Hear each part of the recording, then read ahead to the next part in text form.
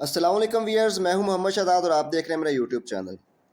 آپ کو آفتاب اقبال کی پوری گفتگو سنوانے جا رہے ہیں۔ آفتاب اقبال کی جناب باجوہ سے ملاقات ہوئی۔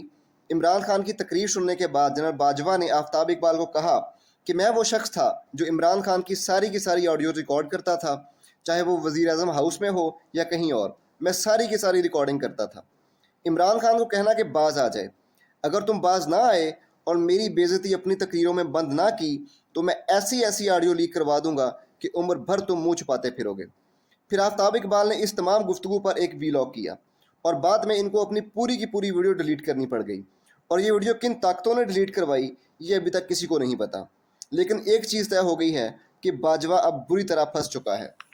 عمران خان سے لڑتے باجوہ نے اپنا کھیل ختم کر لیا ہے، کیونکہ جو غلطی اللہ نے باجوہ سے کروا دی ہے اور جو بھیانک سچ اب باجوہ کے منہ سے نکلا ہے، ساری زندگی یہ پچھتاتا رہے گا کہ اس نے عمران خان کا تختہ کیوں الٹا، اور ساری زندگی یہ روتا رہے گا کہ میں نے یہ بات کیوں کہی۔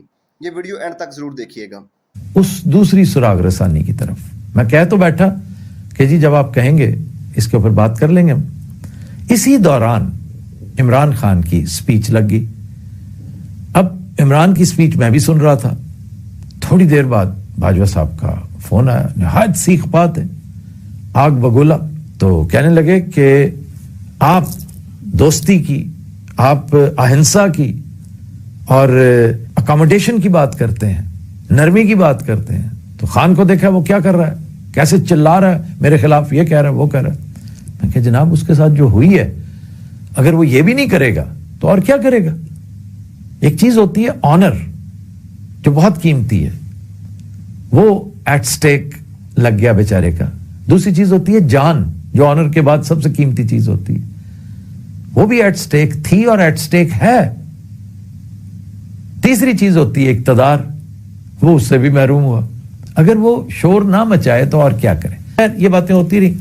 میرے سامنے بڑی شدت سے، جنرل صاحب کو میں نے کوئی بہت زیادہ تو نہیں جانتا، لیکن اس قدر شدید غصے میں دیکھ کے تھوڑا سا اس لیے پریشان اور دکھی ہوا کہ جنرل صاحب کی یہ عمر اس فیز سے گزرنے کی ہے نہیں، کیونکہ اس طرح کے حالات اس کی معاونت کرتے ہیں۔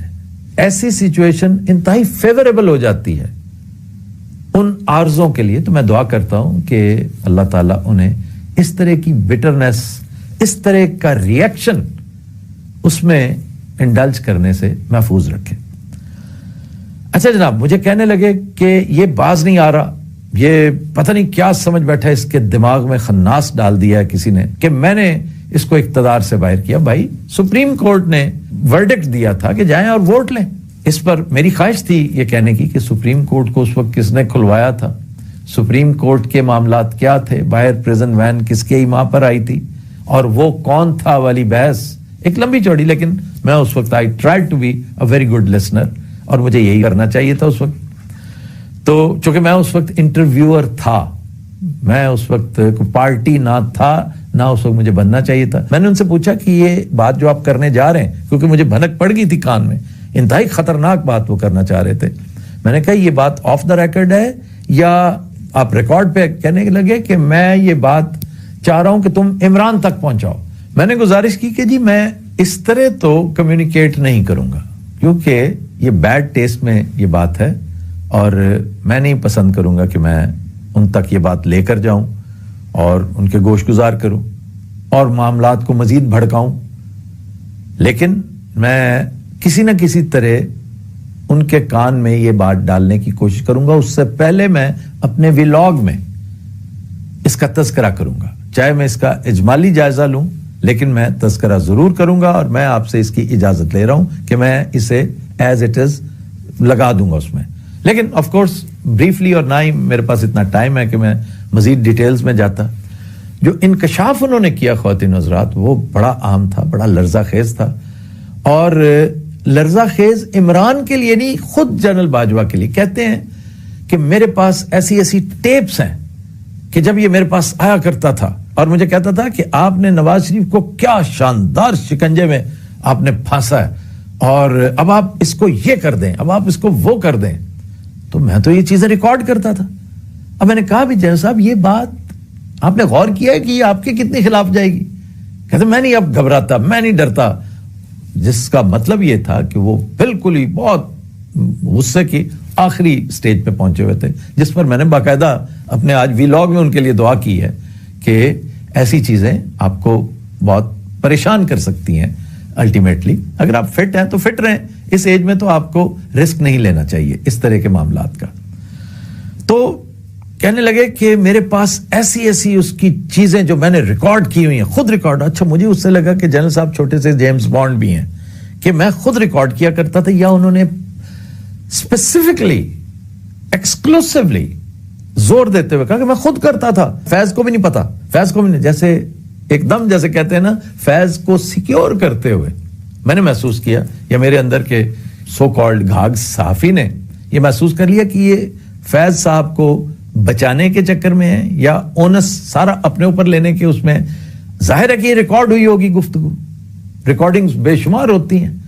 تو کہنے لگے کہ فیض کو بھی نہیں پتا، میں خود کرتا رہا ہوں، میں نے خود کیا، خود کروایا ریکارڈ، اور میرے پاس بہت ساری چیزیں جو میں پھر بتاؤں گا، پھر میں ریویل کروں گا کہ یہ کتنے پانی میں ہے. یہ میں نے کہا جنرل صاحب، بڑے افسوس سے میں نے مثال دی کہ جو آڈیو اس کی لیک ہوئی ہے کچھ عرصہ پہلے، مجھے بہت دکھ ہوا، بڑی شرم آئی وہ باتیں سن کر. وہ سچی ہیں جھوٹی ہیں جو بھی ہیں، لیکن بیڈ ٹیسٹ ہے میرا. اس نے اس کا بال بھی بانکا نہیں کیا.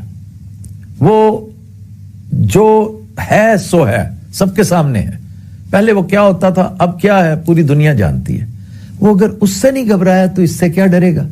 اور دوسرا، میں نے پھر ریپیٹ کرتے ہوئے نے کہا کہ اس سے نقصان اس کا تو نہیں ہوگا، آپ کا بہت ہوگا. آپ کا ہی نہیں، آپ کے تمام ساتھیوں کا ہوگا. کہ اگر یہ بات صحیح مان لی جائے تو اس کا مطلب ہے اس بیچارے معصوم نواز شریف کو شکنجے میں آپ نے پھنسایا تھا. آپ ایک طرح یہ بتا رہے ہیں کہ اس کا قصور ہی کوئی نہیں تھا. آخر وہ شور مچا رہے ہیں نا کہ چند ججز نے اور چند جنرلز نے مل کے نواز شریف کے ساتھ یہ سارا سلسلہ کیا، اور عمران اس کا بینیفیشری ہے. تو اس کا نیٹ ریزلٹ تو یہ ہوگا. اور آپ کی یہ بات کسی نے اس لیے نہیں ماننی، نون لیگ کو ایک نیریٹو شاید مل جائے، لیکن اس میں بھی جان اس لیے نہیں ہے کہ یہ اوپن اینڈ شٹ کیسز ہیں. نواز شریف پر، ان کی فیملی پر، ان کے بھائی پر، ان کی فیملی پر جتنے کیسز بنائے گئے ہیں وہ صاف نظر آتا ہے. بھائی جان، یہ معاملات تو لیجسلیشن کروا کے آپ آف دا ہک ہوئے ہیں، اس لیے لوگوں کو ان چیزوں کا پتہ ہے. تو آپ ایک دفعہ پھر غور کیجئے گا کہ یہ چیزیں جنہیں آپ کہہ رہے ہیں، پھر سٹیٹ سیکرٹس کا انہوں نے کوئی تذکرہ کیا، اس پر بھی وہ کچھ کہنا چاہ رہے تھے، میں زیادہ ڈیٹیلز میں نہیں جاتا.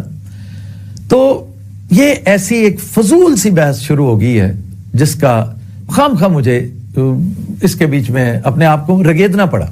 میں نے یہی بات ان سو مینی ورڈز خان صاحب کے بھی گوش گزار کر دی ہے، اور خان صاحب نے اس کے آگے جو ریئیکٹ کیا جس طرح، وہ اسی طرح تھا جیسا میں ایکسپیکٹ کر رہا تھا.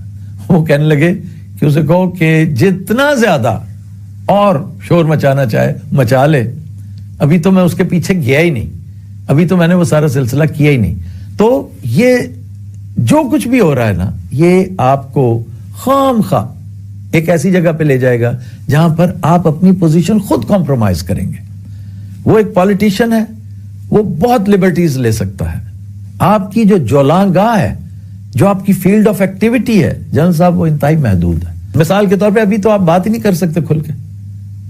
تو یہ چیزیں ایسی ہیں کہ ان کو ذہن میں رکھتے ہوئے آپ کو آگ بگولا نہیں ہونا چاہیے، حکمت سے کام لینی چاہیے، کیونکہ آپ آرچ رائیول ہیں عمران خان کا اس پوری سچویشن میں. عمران آپ پر کو بہت زیادہ توجہ نہیں دیتا. اس کی actual political tug of war جو ہے نا، وہ پی ڈی ایم کے ساتھ ہے، اور وہ اپنی ساری توجہ انہی پر مرکوز رکھنا چاہ رہا ہے. ہاؤ آپ کی اس بات نے، جس طرح آپ نے یہ لوز بات ادھر میرے ساتھ کر لی، یقیناً جاوید چودھری کے ساتھ بھی کچھ نہ کچھ تو کیا ہوگا، کیونکہ you are not trained for a presser, a press talk. You might have squealed something, maybe some slip of tongue, maybe anything. جس کو جاوید چودھری ایک مشاق کھلاڑی ہے، اس نے اپنی تحریر کی زینت بنا دیا، اور عمران اب ایک مشاق سیاستدان بن چکا ہے. اس نے فوراً پک کیا، اس کی پارٹی نے پک کیا، اس کے نیریٹو کو اس سے تقویت ملی. تو ان چیزوں کو ذرا دیکھ کے معاملہ کیجئے گا، کیونکہ سلپری سلوپ پہ عمران نہیں ہے، آپ ہمارے اس چینل کو سبسکرائب کرنا اور ویڈیو کو لائک کرنا مت بھولیے گا۔ ملتے ہیں نیکسٹ ویڈیو میں۔ اللہ حافظ۔